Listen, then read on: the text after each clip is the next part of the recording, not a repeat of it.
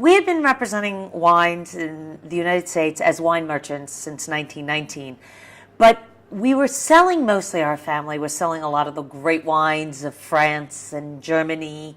And in the 1970s, Italian wines, we were better known for our Chianti and the Fiasco and the wicker basket.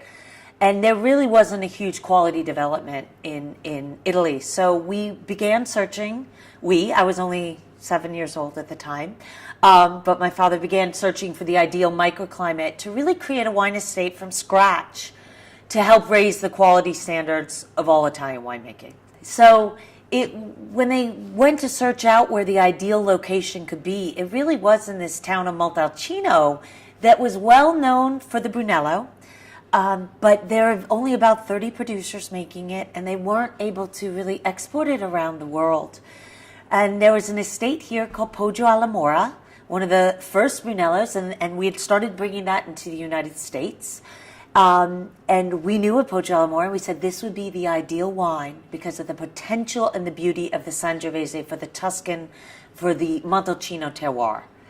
It was here that we came to Montalcino. There was not a lot here, and we were able to amass over several years a larger contiguous property at about 7,000 acres. And putting that all together, we saw that there was 29 different types of soil, various different microclimates, and it became an estate where we could start to experiment with the Sangiovese grape and with different grapes that hadn't really existed in the Tuscan soil before. So because of the diversity, the soil, the microclimate, it became a perfect research center. We like to use a bit of that innovation and the tradition. So the large Slavonian oak casks are very traditional, and then of course using a little bit more French oak barrique.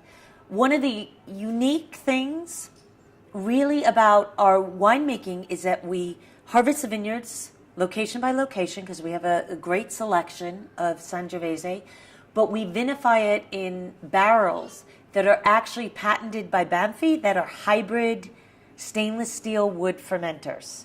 So what we find is to be able to ferment the Sangiovese in stainless steel is just a beautiful cleanliness, but it's still that traditional oak fermentation that gives a gentleness, particularly to the Sangiovese for the Brunello, a softness and a uniqueness. So that's something that's quite unique that we do on this estate, that we find help bring the terroir of Montalcino really to its height and its pinnacle.